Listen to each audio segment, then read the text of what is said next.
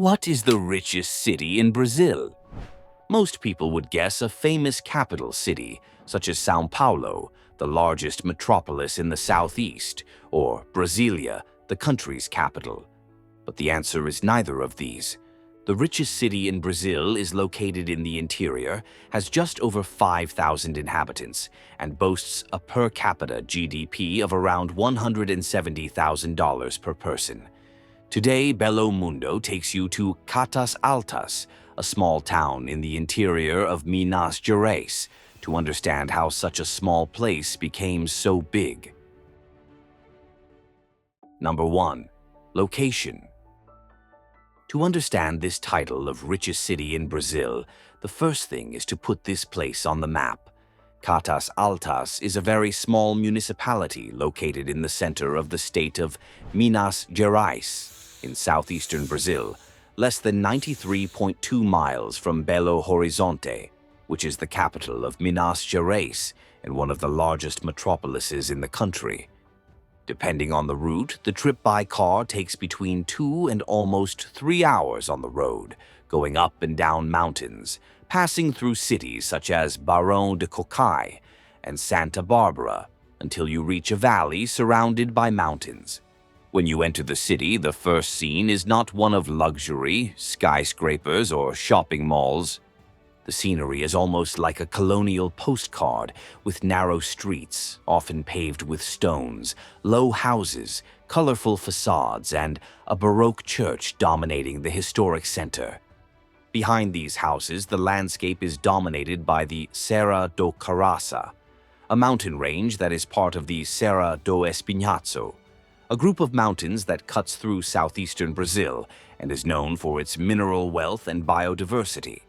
According to the most recent data from the Brazilian Institute of Geography and Statistics, which is the official statistics agency of the Brazilian government, the municipality has just over 5,400 residents in a combined rural and urban area of about 92.66 square miles. In other words, in terms of size and population, it is practically a village when compared to giants such as São Paulo, which is the largest city in Brazil, with millions of inhabitants. Seen from the outside, it looks like just another historic city in Minas Gerais, with a mild climate, fog on some days, and that slow pace of the countryside.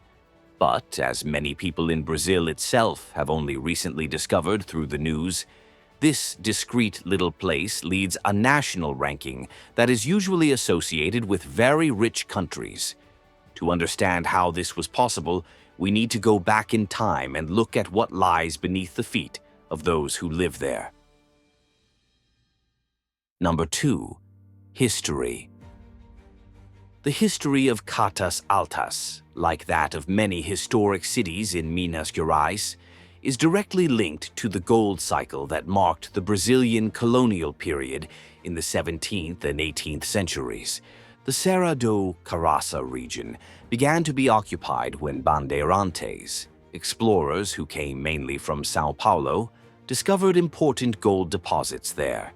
Historical records indicate that in the early 18th century, expeditions led by the Portuguese found gold on the slopes of the mountains. Around these mines, small settlements sprang up, centers of prospectors who built simple houses near the streams where the gravel was washed. The very name of the municipality helps to understand this beginning.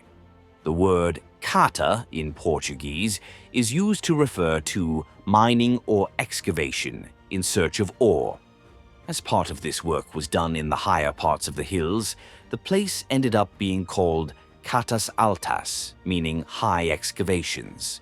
At that time, no one thought about GDP, let alone wealth rankings. What drove the economy was the yellow metal that came out in tons from the so-called Minas Gerais, so named because they concentrated several areas producing gold and later other minerals. What existed there was a typical colonial mining village with a church, a few dusty streets, trails climbing the mountains, and many people living in precarious conditions, depending on their luck in finding something in the pans. Over time, the village gained more permanent structures. In the mid-18th century, construction began on the Matriz de Nossa Senhora da Conceição, which today is one of the most important churches of sacred art in Minas Gerais, with works attributed to artists such as Mestre Alejandro and Mestre Ataide, fundamental names in Brazilian Baroque. However, the decorative part of the building was never fully completed, precisely because the gold cycle went into decline and the money from the religious brotherhoods dwindled. That was when the city had to think differently. Number 3. Jabuticaba wine, faith, and tourism. At the end of the gold cycle, when the metal's luster no longer sustained anyone, the region had to find another way to survive. That's when a figure known to many in the city appeared. Monsignor Manuel Mendes, a Portuguese priest who arrived there in the 19th century, concerned about the lack of work and income. Instead of insisting only on mining, he began to encourage another idea. Use the mountain climate and the land around the city to plant grapes and produce wine. For a community accustomed to depending on what came out of the ground, it was a major change of course. From this initiative, local families began to cultivate vineyards on small properties and experiment with the production of fermented beverages as an economic alternative. Over time, this tradition gained an even more local ingredient. Jabuticaba is a fruit typical of the Atlantic forest, common in backyards in Minas Gerais. It grows attached to the tree trunk, has very dark skin, light pulp, and a sweet taste. When the vineyards faced difficulties or when the native fruit was in abundance, producers began to ferment jabuticaba instead of grapes.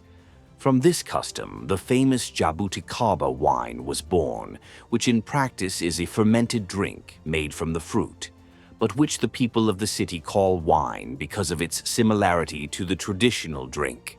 Today, it is treated as a local symbol and recognized as an intangible cultural heritage of the municipality.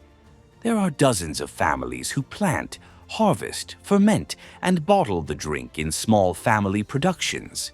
Instead of large industrial wineries, there are simple cellars, often attached to houses, and associations of producers who organize sales. One of the most important events on the official calendar is the wine festival, held once a year. For several days, the central square hosts concerts, food stalls, cultural presentations, and stands where visitors can sample grape and jabuticaba wines made right there on local farms. Meanwhile, the surrounding mountains played another role. The Catas sanctuary, located in the middle of the mountains, has established itself as one of the best-known religious and environmental complexes in southeastern Brazil. There is a church, a former boarding school, a library, a museum, lodging, and a preservation area of more than 11,000 hectares in a transition zone between two important biomes, the Atlantic forest and the Cerrado. This mix creates a very rich biodiversity, with trails, waterfalls, and rare species that attract researchers and tourists. At that stage, before any headlines about gross domestic product, the municipality already combined faith, family farming, artisanal beverage production, and nature tourism. It was a small town with a long history, strong religious festivals, a typical drink that helped drive the economy, and a mountain setting that was becoming increasingly well known. However, from the second half of the 20th century onwards, the old habit of extracting wealth from the subsoil returned with a vengeance. And it is this new phase that will explain the leap in economic figures once and for all. Number 4. The return of mining. Instead of gold panning with pans and hoes, modern iron ore mining came onto the scene, with heavy machinery, processing plants, and trains loaded with ore leaving the mountains every day. The region where the municipality is located is part of an area known to geologists as the Iron Quadrangle, a portion of central Minas Gerais that concentrates some of Brazil's largest iron reserves. This is where large companies operate, including Vale, a Brazilian company based in Rio de Janeiro and one of the largest mining companies in the world, with operations on several continents.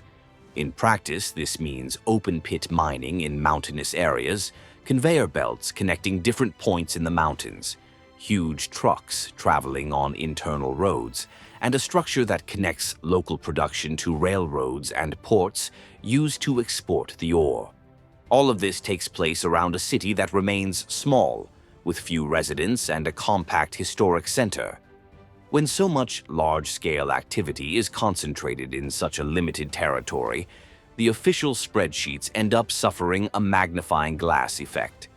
All the wealth generated by iron operations goes into the municipal gross domestic product account. This is exactly where the title of richest city in Brazil comes from. But to understand this title, we need to take a closer look at the gross domestic product. Number 5. GDP in real life.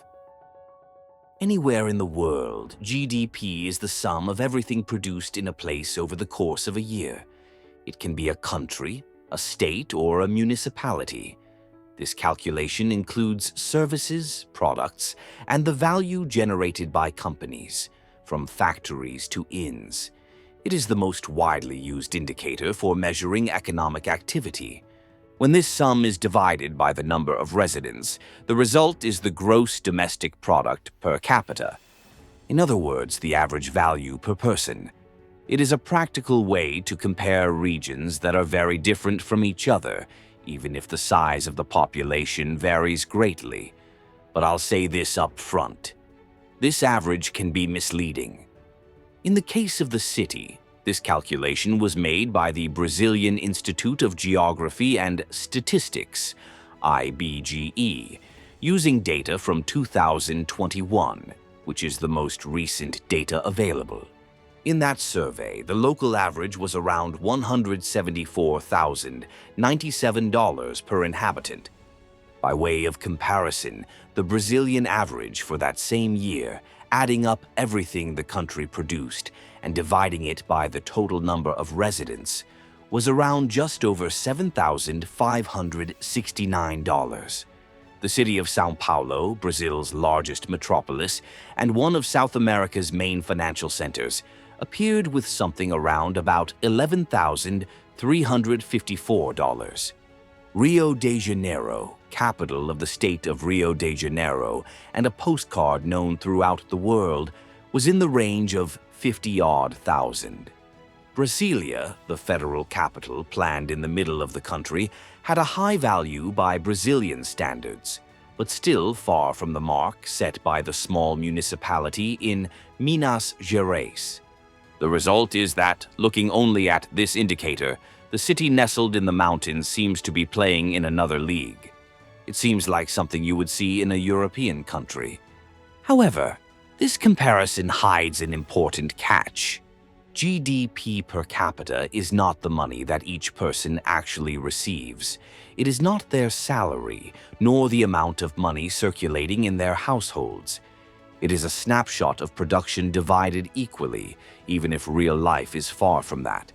As the city's population is very low, dividing this value by a few people is enough to make the average skyrocket.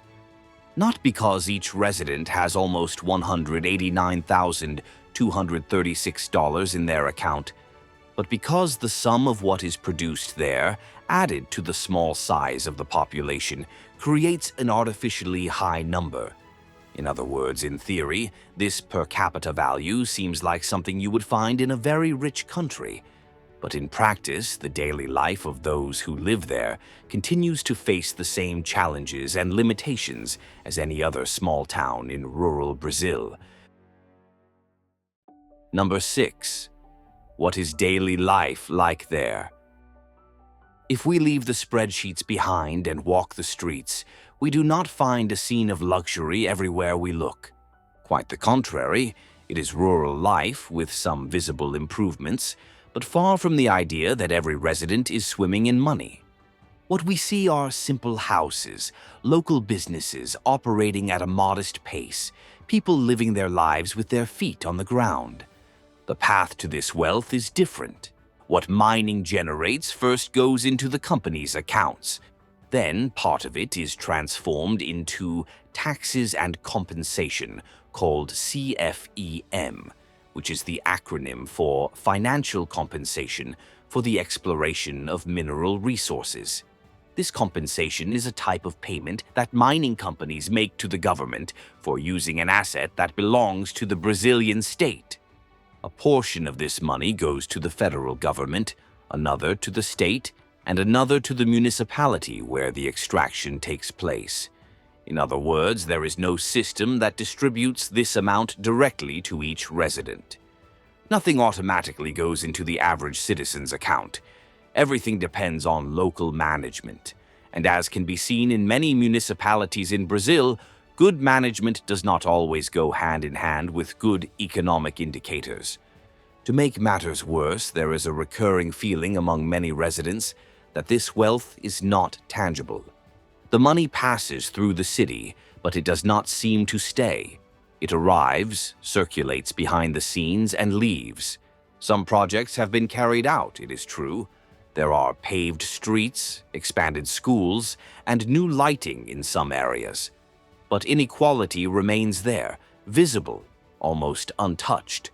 The per capita GDP data ends up becoming a symbol that impresses outsiders, but says little about the actual quality of life. In practice, it is not what determines whether the pharmacy works, whether there is a doctor at the clinic, or whether young people can find work close to home. Number 7. Future. When we understand this path of money, it becomes easier to see the size of the challenge. Dependency is the word that defines much of the local economy. When you look at the municipality's coffers, almost everything revolves around mining. And that sets off a red alert. As high as the tax revenue may be and as impressive as the numbers may seem, it is directly linked to the activity of a single company. The main operator there is Mineração Serra da Carraça, linked to the French group Vallourec. This company extracts iron ore from the region and sells it abroad, especially to supply steel mills in Europe and Asia. It is an international operation with a local impact. The problem is that this type of activity has an expiration date. Ore is not infinite, and the more you extract, the less you have left. Extraction does not last forever, and the environmental impacts often remain as a legacy for those who live there. In addition, the model is extremely concentrated. The company generates revenue, pays taxes, and drives the economy. But when most of the income comes from a single sector, any fluctuation in the price of ore, any business decision made far away, can cause a major shock to the entire city. All it takes is a crisis in the sector or a change in business direction to shake everything up. It's like building a house on a single pillar. Any crack in that pillar puts the entire structure at risk. And it's not just the economy that suffers. The environment is also affected. Regions with a strong mining presence often face serious imbalances. Changes in the soil, accelerated deforestation, risk of river contamination, and, in more extreme cases, even dam failures. These are marks that can last for decades. This relationship between the city and mining raises an important debate. How long is this model viable? What happens when the activity is shut down or reduced? Is there an economic diversification plan in place? Are any alternatives being prepared to ensure sustainability in the future? These are questions that remain unanswered for now. Many people already realize that, sooner or later, the city will have to find new paths. Meanwhile, Catas Altas continues to appear in rankings as one of the highest per capita incomes in Brazil. However, the future of this figure increasingly depends on decisions that, in most cases, are not made by those who live there, but by executives in offices thousands of miles away. So, what do you think? Had you heard of this Brazilian city before? Tell us in the comments what surprised you most about this video. If you enjoyed the content, leave your like, share it, and of course don't forget to activate Hyper's new feature. This helps the channel gain visibility and continue bringing you these unbelievable trips through our beautiful world. See you next time.